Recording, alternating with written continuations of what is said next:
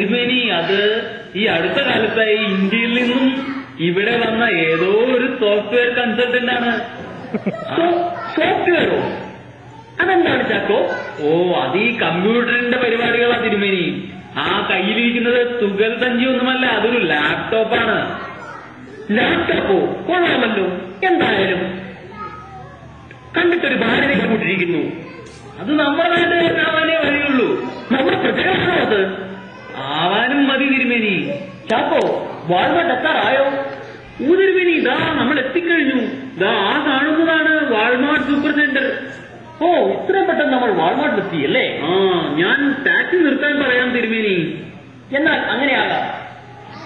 ഇതാ തിരുമേനിയും ചാക്കോച്ചനും വാൾമാർട്ടിലേക്ക് പ്രവേശിക്കുന്നു. ഓ, എന്തൊരു ശൈത്യം! കുപ്പായം ധരിച്ചത് നന്നായി.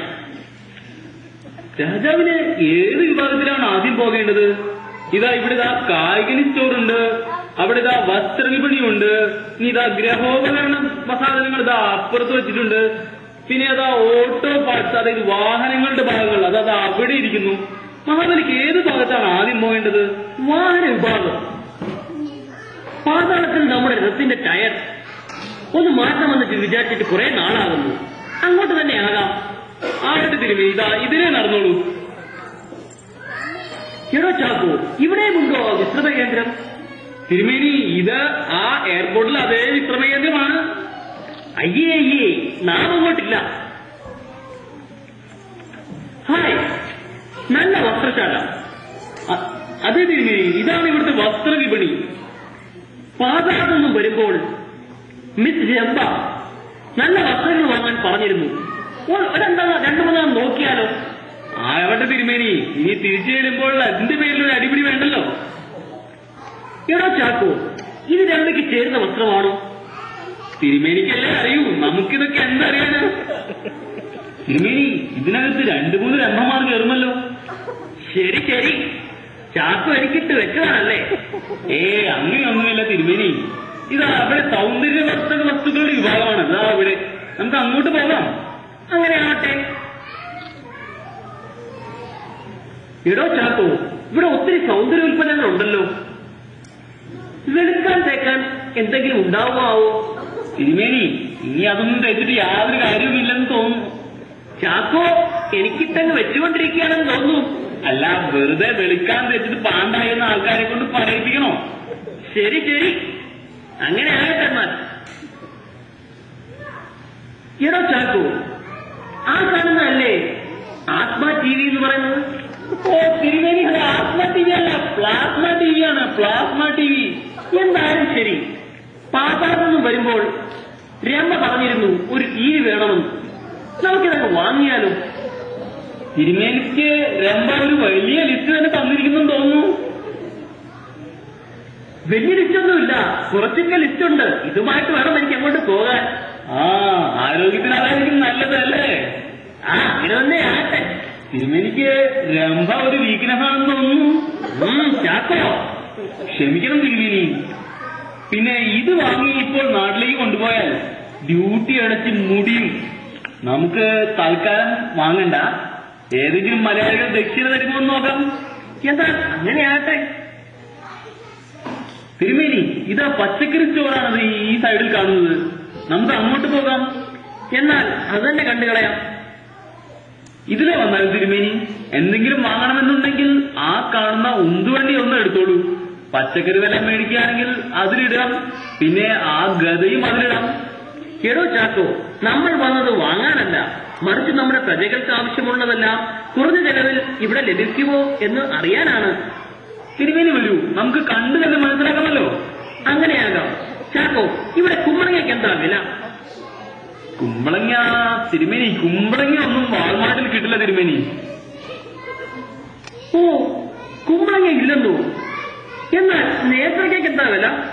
തിരുമേനി ക്ഷമിക്കണം, നേന്ത്രക്കായും വാൾമാർട്ടിൽ കിട്ടില്ല. കഷ്ടം തന്നെ. നമ്മുടെ പ്രജകൾ എങ്ങനെ ഉപ്പേരി ഉണ്ടാക്കുമോ ആവോ? തിരുമേനി, ഈ വക ഐറ്റംസ് എല്ലാം ഇന്ത്യൻ സ്റ്റോറിലെ ലഭിക്കൂ. നമുക്ക് വേണമെങ്കിൽ അവിടെ പോയി നോക്കാം. എങ്കിൽ നമുക്ക് അങ്ങോട്ട് പോകാം. പറ്റുമെങ്കിൽ നമ്മുടെ പ്രജകളെ ആരെയും കാണാനും മതിയല്ലോ. അങ്ങനെ ഇതാ തിരുവേനിയും ചാക്കോച്ചനും കേരളീയ ഉൽപ്പന്നങ്ങൾ തേടി ഇന്ത്യൻ സ്റ്റോറിലേക്ക് യാത്രയാകും. തിരുമേനി, ഇതാ ഇന്ത്യൻ സ്റ്റോർ എത്തിക്കഴിഞ്ഞു. ചാക്കോ, ഇതെന്താ പെട്രോൾ പമ്പോ മറ്റോ ആണോ? തിരുമേനി, ഇവിടെയാണ് ഇന്ത്യൻ സ്റ്റോർ പ്രവർത്തിക്കുന്നത്. പിന്നെ ബെഞ്ചൻവിളിലെ ഇന്ത്യൻ സ്റ്റോറിന്റെ പ്രത്യേകതയാണ് ഈ പെട്രോൾ പമ്പ്. എന്നാൽ അകത്തേക്ക് പ്രവേശിക്കാം. ഇതിലെ വന്നാലും തിരുമേനി?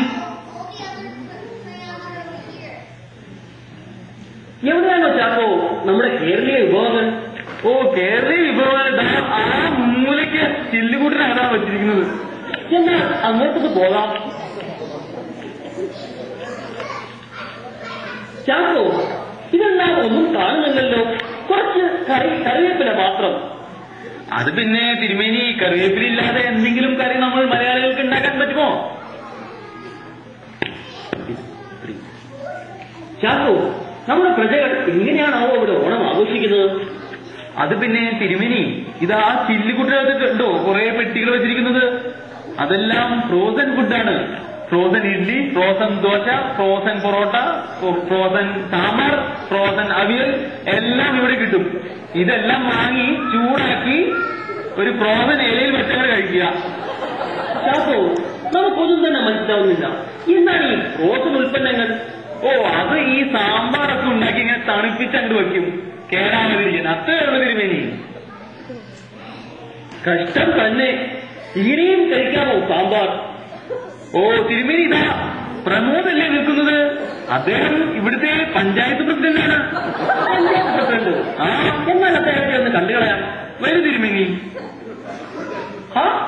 ഇത് മഹാബലി തിരുമേനിയല്ലേ? താങ്കൾ എന്താണ് ഇവിടെ? നാം നമ്മുടെ പ്രജകളെ കാണാനും ഒപ്പം തന്നെ വാൾമാർട്ട് സന്ദർശിക്കാനുമാണ് ബെഞ്ചൻവിളിലേക്ക് വന്നത്. എന്താ തിരുമേനി മുഖത്തൊരു വാട്ടം? എന്ത് പറയാനാ പ്രസിഡന്റ്?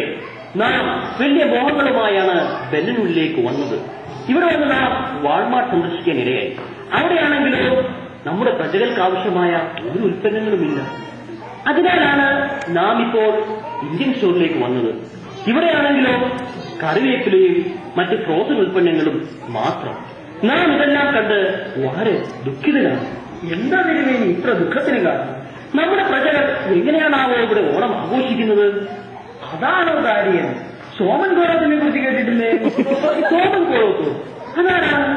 അദ്ദേഹമാണ് ബെഞ്ചൻവിളിലെ മലയാളി അസോസിയേഷന്റെ എല്ലാം. തിരുമേനി ഏതായാലും ഒരു നല്ല ദിവസമാണ് ഇവിടെ വന്നത്. സോമൻ കോളത്തിന്റെ ആഭിമുഖ്യത്തിൽ ഇവിടുത്തെ മലയാളി അസോസിയേഷൻ ഒരു ഓണാഘോഷം സംഘടിപ്പിച്ചിട്ടുണ്ട്. അങ്ങനെയാണോ? നല്ല കാര്യമാണല്ലോ. തിരുവുള്ളക്കേടില്ലെങ്കിൽ എന്റെ ഒരു ആഗ്രഹം പറയട്ടെ. പറഞ്ഞോളൂ പ്രസിഡന്റ്. തിരുമേനി അവിടെ വന്ന് ഞങ്ങളുടെ ചടങ്ങുകളിൽ പങ്കുകൂടുകയും എല്ലാവരെയും അനുഗ്രഹിക്കുകയും ചെയ്യണമെന്ന് ഒരപേക്ഷയുണ്ട്. എന്നാൽ അങ്ങനെയാകാം പ്രസിഡന്റ്. എന്നാൽ വരൂ തിരുമേനി.